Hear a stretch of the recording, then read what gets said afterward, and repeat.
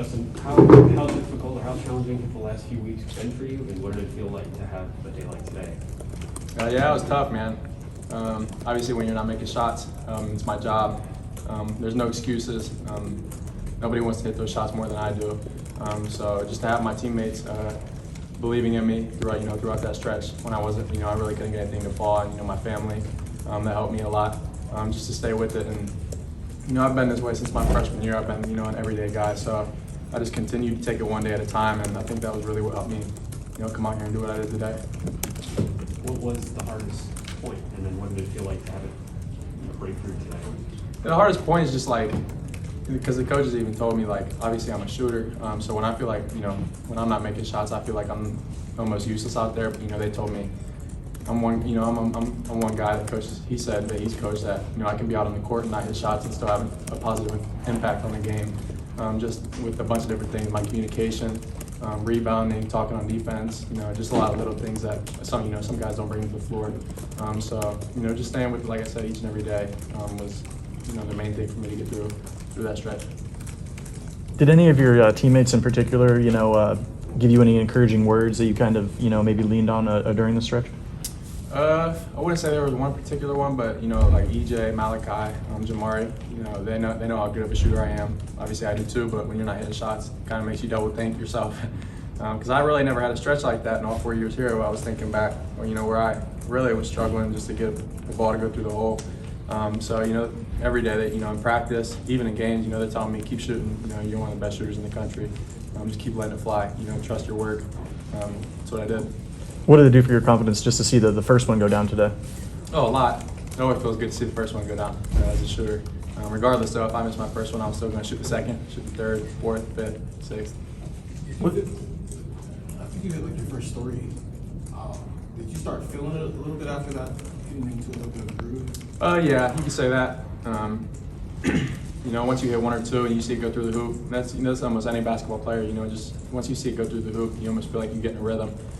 So yeah, to hit my first three, it felt really good. Because it felt like you were just letting it fly after that, regardless of whether you air ball one. Yeah. All over the place. But just like you would hit some, and so now you were kind of in it. Yeah, especially once I hit one or two, my immediate first thought is catch and shoot. If the defender is not on me, obviously not sticking to me. If it's a clean look, I think I got fouled on one of them, but I thought I was going to get a cleaner look than I did. But yeah, when you hit two or three in a row, you definitely get a rhythm, start to feel yourself. First thing for me is to think catch and shoot when I get after I hit two or three. So when you miss two or three in a row, does it go the opposite way with confidence and you get a little bit? It can, but I've learned the past few weeks to just brush it off. There's a lot more games you play. The game's fast. You can't just sit back and dwell on every mistake you make. If you do that, you're just going to keep making more mistakes. So one thing I really learned was just to keep pushing, keep doing you, keep playing hard, impacting the game any way you can. Chris Holman was telling us during this stretch that practices really haven't changed for you. Threes were sinking in practice and things like that. Has your approach changed at all during the practice, like these past few weeks practice wise, or what has that been like, knowing that they're sinking in practice, but really just haven't been able to translate on the court? Yeah, like I said, it's frustrating because it feels like the whole fan base is against you when you're not doing what you're supposed to be doing. But like I said, for me, it was just one day at a time. Just being an everyday guy, like I've been all 4 years here. So I wouldn't say my approach changed. No, to answer your question, I was just doing me, doing what I do, getting here, getting shots early, before practice, making sure everybody's competing as hard as we can in practice, so we can keep getting better each and every day. And you were talking about kind of the approach in different areas of the game. Did you find yourself focusing more on, say, defense or playmaking or things like that over this stretch to see, as coaches continue to preach you make an impact other than just shooting the three? Yeah, Coach B told me just to really focus on three areas of the game. That's my toughness, my defense, and my rebounding. So those are three areas that I tried to really key in on these past two days. That was one note he told me. He said everything else is going to fall in place as long as you focus on those three things and play hard. And it did.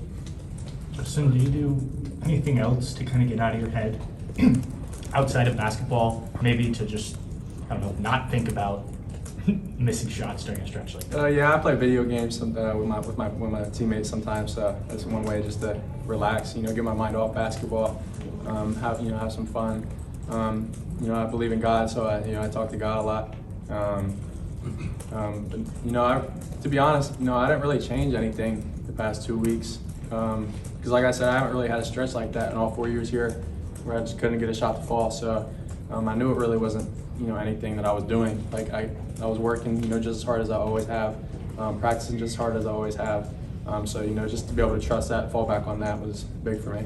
And Zed, you weren't here when we asked, but what did it feel like for the rest of you guys to see Justin start to hit him? I know the bench went pretty crazy when the first one went down. What was your guys' reaction? I loved it. He's been going through a shooting slump, but just keep shooting. Like you're telling him, just keep shooting, because eventually you have to get out of it. It's not gonna last forever. So when that first one went down, I was like, oh yeah, he's back. So it was a good night for him. Keep shooting. Any more for Justin? Let's have one more for him. Just you've been around here a while, so you sort of understand the ebbs and flows of the college basketball season. I'm just curious, at this point in the year, you guys have played so infrequently. How does it feel different in terms of maybe what you feel like you know about this team at this point in the season compared to maybe what you normally would if you had anyone play at a normal kind of cadence? Yeah, one thing I know for sure about this team is we're battle tested. Because obviously, as you guys know, we've been in a lot of games that came down to the last shot. A lot of games. Just whether we win or loss, just to be in those moments, I feel like that's going to help us a lot in the long run. Because as you guys know, some nights, we're going to have an off night and we're not going to be hitting shots. The other team's going to be hitting. So, just to be in those moments and experience, what it's like at the end of the game to be fighting, for the game, the final answer. Just to be, just to have been through that, I think that's going to help us a lot. And both of you guys might have perspective on this. I'm just curious what you think about how EJ has grown kind of as a playmaker. He had 5 assists tonight, no turnovers. He seems to find you, Zed, quite a bit on his high-low actions, and I know we can find shooters as well, Justin. Just what have you seen from him in terms of improvement in his passing? It's kind of seen before. Yeah, obviously I've been with EJ all 3 years that he's been here, so just to see him grow as a player has been amazing to watch. You see it every day. He's an everyday guy, like I said. And coach tells him, you got to go be the best player in practice each and every day.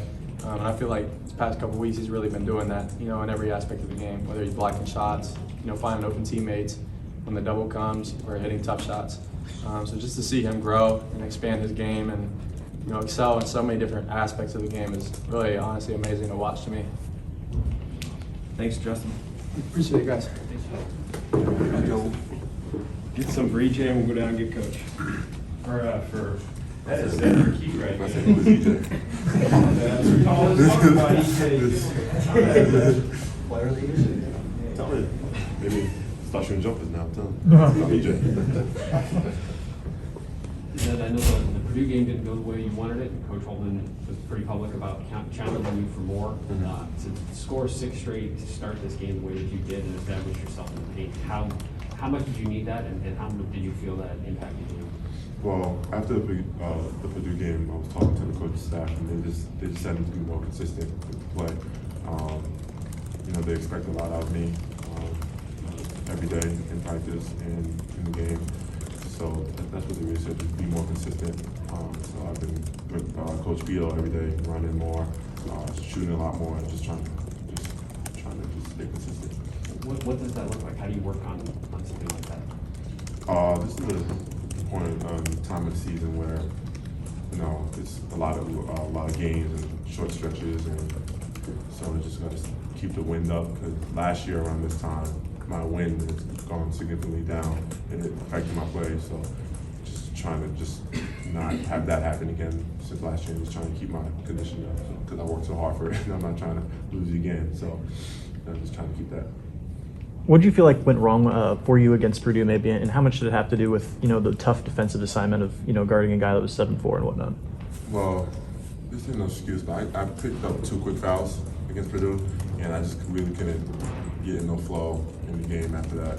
Come back in foul, post it back down, come back in foul. But it's tough. But that's not an excuse. I still got to come in and just be like, as Justin said, like everyday guy. So. Just as going back talking to the coaching staff, they said I need to be better. So I took that to heart and just trying to be better every day. When it comes to, I mean, whenever you ask players what the Big Ten is like, it's physical. It's down low, kind of gritty. And I'm curious about, I mean, obviously you saw that, and that led to a little bit of inconsistency like you were talking about against Purdue, but I mean, today to kind of set the tone, kind of set the presence of physicality inside the paint, especially on those first three makes inside, how much confidence does that bring, not only for you, but just for the offense to kind of establish that paint presence to allow kind of the rest of the offense to work around?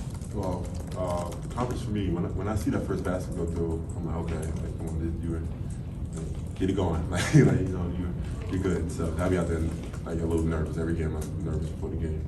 So that first basket, okay, yeah, you're good. So, you know, just coming in and playing physical, like it sends the team a message when you're the more physical team, and you guys just come out there and punch them in the mouth, basically. Yeah, definitely send a message, and it helped us win tonight because they were. Like, Maryland's a really good team, but you know we got them from the jump. Was there a message, especially, you guys didn't have an offensive rebound, I don't think, until the second half. And I'm curious, what was that talked about in the locker room at halftime? Or Yeah, Coach Holman said we had to get more offensive rebounds, so we had to crash the glass a lot harder than what we were doing. And the team took that to heart. And came out in the second half, rebounded a lot more, and you know, it helped us get second chance points, easy layups around the rim, and threes, and kick out to Justin, other shooters. So, you know, offensive rebound is big for us. So what do you think was the biggest difference today? Like you said, you build a double-digit lead and pretty much stayed there. What was the difference? What enabled you guys to kind of keep them at arm's length throughout? I think it was just our energy and just the will and want to win. You know, as I said, we came out the jump ready to go. People hitting big shots. Justin came in, so hitting threes, and you know, the crowd got behind us, and you know, feeding off the crowd. You know, just kept it going. So, you know, it was a good win. Last one for Zed here. Does some of that come from you're supposed to play Thursday, you don't play Thursday, so maybe you got some maybe pent up feelings or pent up aggression? Does some of what we saw today come from some of that? Yeah, most definitely. Like, we want to play Iowa, but due to the weather and unforeseen circumstances, we couldn't. And you know, it's tough. You know, getting ready to play game day, canceled or postponed. So it's definitely tough. But you know, the guys are always ready to play, and we want to play. So definitely have to build up energy ready to go.